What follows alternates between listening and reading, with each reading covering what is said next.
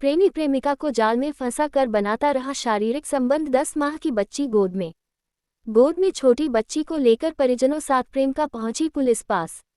छाता कोतवाली क्षेत्र अंतर्गत ग्राम दौताना के रहने वाले सुनील नामक एक प्रेमी ने अपनी प्रेमिका को शादी करने के नाम पर धोखा दिया है और प्रेमी ने अब दूसरी शादी रचा ली है। आपको बता दें, प्रेम की दीवानी एक प्रेमिका के साथ प्रेमी ने इस तरह धोखा किया। आप पूरी कहानी सुन दंग रह जाएंगे।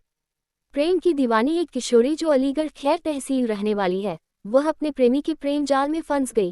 प्रेमी युवक नाबालिग किशोरी को सपने दिखाने के लिए भगाकर नोएडा ले गया।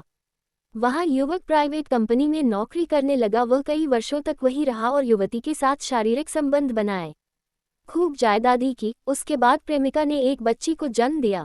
बच्ची इस समय लगभग 10 माह की है।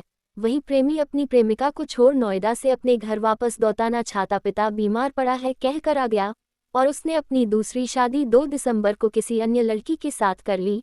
वहीं जब लड़की को पूरे मामले का पता चला तो वह भी दौताना आ गई और घर वालों से अपने पति सुनील के बारे में जानकारी की तो घर वालों ने उस लड़की को घर से भगा दिया। वहीं परेशान पीड़ित छोटी बच्ची को गोद में ले अपने परिजनों के साथ छाता कोतवाली पुलिस क्षेत्राधिकारी कार्यालय पहुंची और पुलिस को आप कहाँ की रहने वाली हैं? मैं प्रेमिका और प्रेमिका की बहन ने बताया कि सुनील के भाई की खैर क्या समस्या है यहाँ गाँव में ससुराल है।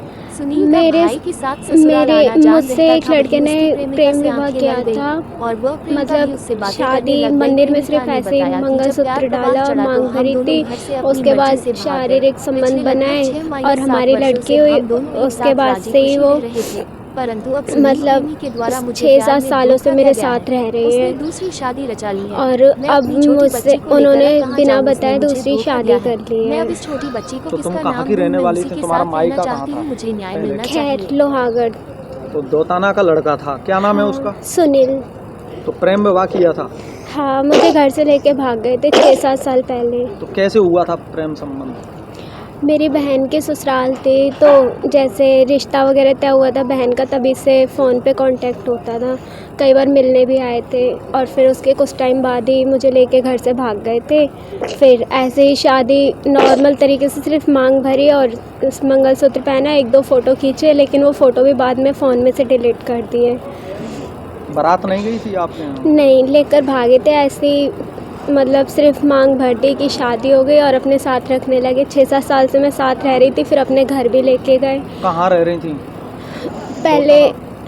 पहले नोएडा लेके गए, फिर दौताने में रखा अपने घर पे, फिर दोबारा से नोएडा लेके चले गए। नोएडा में कंपनी में काम कर रहे थे, फिर मुझे बिना बताए 1 महीने पहले छोड़ के आ गए। तो उनके माँ बाप हैं दौताना में? हाँ, माँ बाप के घर पे रही थी मैं, 1-1.5 साल रखा था। क्या दिक्कत आ रही है अब वो मुझे 1 महीने पहले नोएडा में बिना मतलब ऐसे कह के आए कि मेरे पापा की तबीयत ख़राब है और जब मैं उनका इलाज करवाने जा रहा हूँ, मेरी अम्मा की भी हालत सही नहीं है। फिर मैंने कहा कि ठीक है।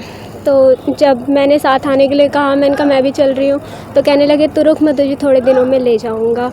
और जब उसके बाद जैसे मैं फिर कुछ दिन बाद आए वो, मैंने बुलाया फ़ोन करके कि लड़की की तबीयत सही नहीं है, तो कहने लगे ठीक है।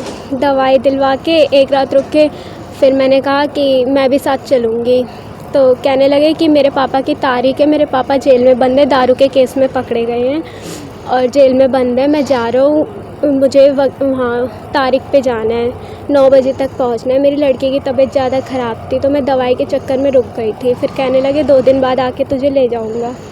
फिर तो मैं गोद में जो है बच्ची है?